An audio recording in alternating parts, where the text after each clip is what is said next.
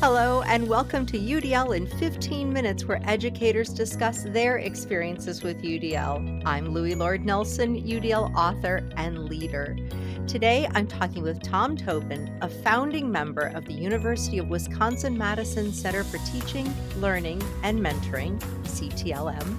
He is also an internationally recognized scholar, author, and speaker on quality and technology-mediated education, especially copyright, teaching evaluation, academic integrity, and accessibility/universal design for learning. Tom and I are going to discuss 4 knowledge gaps in the 3.0 guidelines that higher ed research has actually addressed.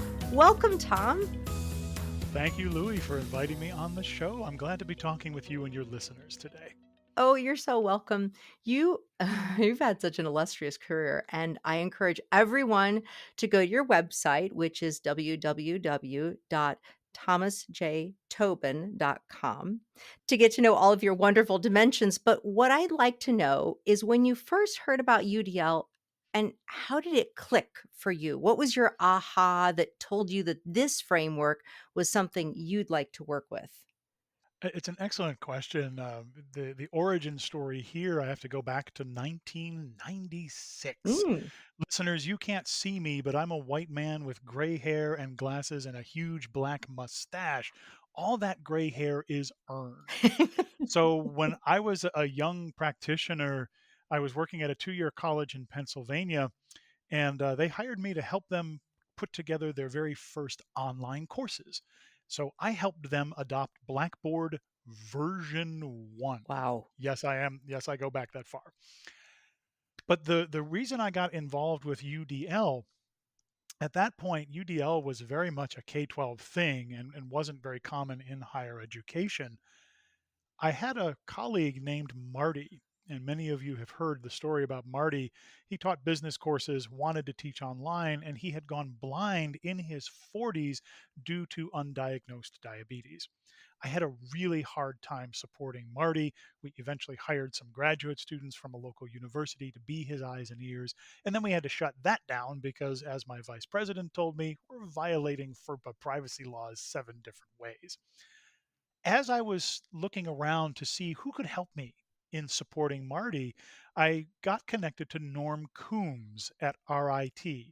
And Norm was blind since birth, an advocate for the rights of people with disabilities. He told me about universal design for learning. And once I found that framework, I thought, ooh, this could actually work. So that's where I first had that aha moment. Oh, this is how we can lower barriers, not just for people with disability barriers in their environments, but for lots of folks with work responsibilities, family and caregiving needs, people who just live far away from campus. So, getting to the clock as the barrier in people's lives. Yeah, I feel like everyone has their origin story about UDL, and we have that moment where we see the world open up in front of us, and you can say, "Oh my gosh, there's this possibility, there's this possibility, there's this possibility." And then we're, in a sense, infected, and we just really want to spread this around to everybody. We're infected with UDL. That's a great origin story. And I've known the work of Norm Coombs, but I didn't know you had that connection. So that's fabulous.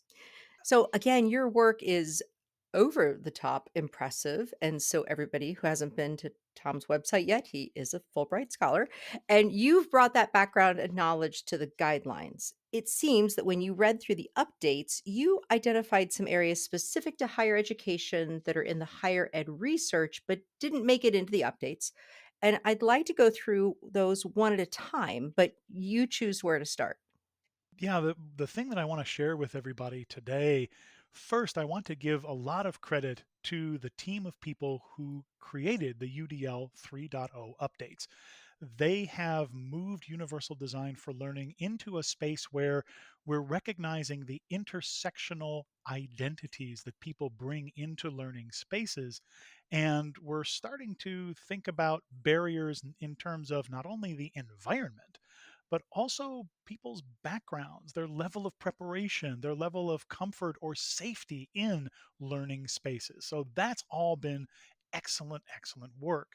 And the gaps that I want to talk about they have to do more with the fact that most of the folks on the 3.0 committee worked in either industry or in K 12 education. So there's not a lot of higher education research in the new 3.0 guidelines or the considerations in there. So I want to talk about four things today.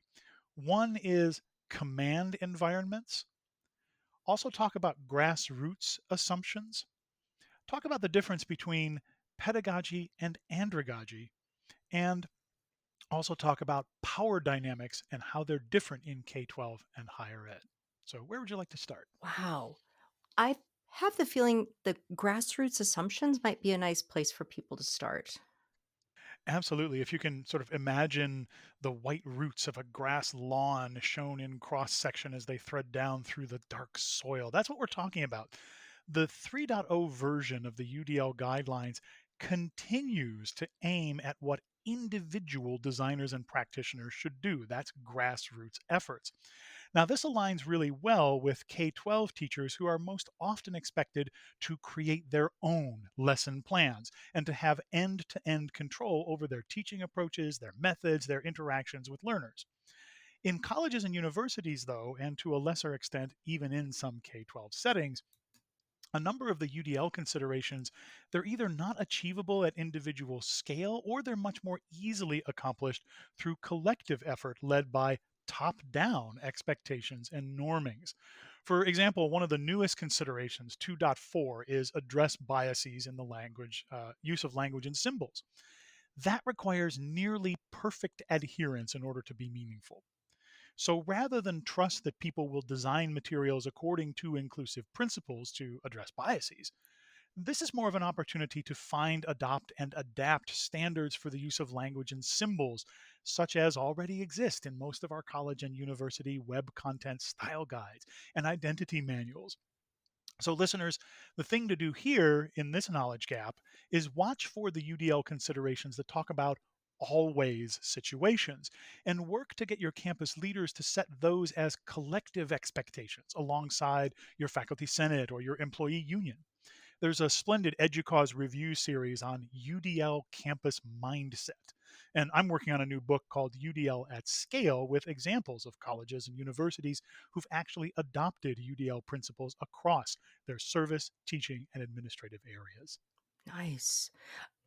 I have the feeling that the ideas around this, the grassroots assumptions and getting those collective expectations set up would take some real careful conversations in the beginning and then helping people lead into those. Is that what you've seen? Yeah, absolutely. In fact, one of the things that drives that is one of the other knowledge gaps. So if we talk now about power dynamics of learning itself, Mhm. right? They're different when the learners are children versus when they're adults. In K-12 settings, teachers, staff, and administrators, they act in loco parentis, in place of parents, and they have care responsibilities toward learners that college and university instructors don't. That's another sort of power imbalance, right? The people who teach in higher education, we are not ourselves a homogeneous group. And we experience and express privilege and power in varying ways. The same inclusive practices that white male instructors like me might use in order to lower barriers and smooth the way for learners, that might result in pushback and mistrust if it's implemented by women instructors or people of color at the front of the classroom. We should acknowledge the privilege and standing that are needed in order to implement many of the UDL considerations, and we should design for variability among our instructors as well as among our learners. For example, consideration 9.4 is cultivate empathy and restorative practices. It asks us to, quote, use a protocol such as circle practice to make communal decisions. Far easier in K 12 Mm, settings where the instructor has implied or legal power to compel such actions. mhm. But I've seen over and over that my colleagues who are newer to the field, women, people of color, they're at a disadvantage when they engage in barrier lowering, non traditional teaching approaches, UDL included, simply because they're not afforded the same automatic deference and assumption of authority that I get as an older white male instructor. Listeners, if you want to address this knowledge gap, watch for places in the UDL framework where the language moves away from design processes into teaching or facilitation actions. Reframe those suggested actions by adding design space for or design the option to at the front of the advice, and then clearly denote who has the power, the authority, or the privilege to compel compliance if you need compulsion at all. Also, you can check out the research on intersectional identity in higher ed too to address this one. Lovely. Lovely. So I will say that I have experienced some of what you're talking about as a observer. So I was in a course where it was a shared instruction Mhm. between a female instructor and a male instructor. And this is back when I was doing my master's. So this is pre me knowing anything about universal design for learning. But being in that course directly impacted the way I approached my instructional design during higher ed experiences that I've had because I watched how the female instructor was trying to adopt what the male instructor was doing to lead the course, and it fell flat. And then as she attempted to do some other course design strategies, and this was all face to face, it fell flat until actually she could just be true to who she was as an instructor. And then it started to move forward. But Mhm. fortunately, I was in with a bunch of other students who we were wanting her to succeed, so there wasn't anybody challenging her in that sense, but I could see in my head, I was thinking, "Oh, this could go very badly very quickly." Thinking about what you were just talking about and then knowing what's in the Mhm. guidelines, I can see how those could empower her, and I loved your phrases, so design the space for and then what was the other one? So it's design space for or design options that Yeah, allow. Yeah. yeah, that makes sense, that absolutely makes sense. And your example too, um, that's one of the challenges in higher education is we don't necessarily say, okay, everybody who's coming in as an instructor, we're still assuming that everybody has the same amount of power and authority to share with the students. Yeah. And that's absolutely not true. So the challenge there is that third of the fourth knowledge gaps that we talked about earlier. The UDL guidelines, even in 3.0, they still assume that the classroom or the learning space is a command environment. Think of a single instructor standing in front of dozens of college students sitting in a tiered seating lecture hall. Even when the focus of the learning engagement is where the learners themselves take inclusive actions, there remains an assumption that the instructor is in charge and the students are in the learner role. And this is where a lot of our colleagues end up not being safe or comfortable sharing that authority because they don't have it to share. Mhm.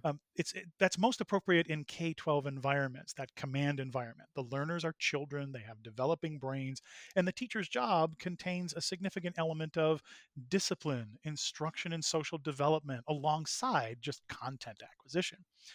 In colleges and universities, though, our learners are already adults, some of them with lots of experience under their belts. So there's much less of a need for or an expectation to establish command environments. Now, this actually lets us design better for the goal of creating agentic learners in UDL in higher education. We're in the business of preparing our learners to join us as professionals in our fields. Listeners, watch for language in the 3.0 guidelines that talk about co creating, and then apply that more broadly where it doesn't yet appear. For instance, consideration 8.3 is foster collaboration, interdependence, and collective learning. That one explicitly talks about learner creation of learning conditions. But consideration 2.1, clarify vocabulary, symbols, and language structures, doesn't yet do that. Mhm. And if you want to find the higher ed research, look for research on social construction of learning in colleges and universities, and you can help address that knowledge gap. Thank you. Okay, and let's talk about the last one. Yeah, the last one is interesting. It's the difference between a pedagogical focus and an andragogical focus. That's the assumption that learners are still developing and addressing those developmental needs from a primarily neurological perspective. This one takes me farthest away from where CAST started. Yeah. If you imagine a mother and her grade school age son each working on their homework at the kitchen table, mom's on her laptop for her college study, and the son has a pencil and paper and is working through a worksheet, right? In K 12 environments, the need to support developing executive and emotional aspects of learners, that's well documented. For college level learners, we have to switch our focus away from developing brains and towards social emotional elements. For example, the research that's cited for consideration 3.2, that's highlight and explore patterns, critical features, big ideas, relationships. The research contains no examples of college, university, adult, or professional learning articles, studies, or theory. Listeners, to address this one, we can move beyond the simple neurobiological argument of UDL. We take the three brain networks or the three brain diagrams and put them to the side.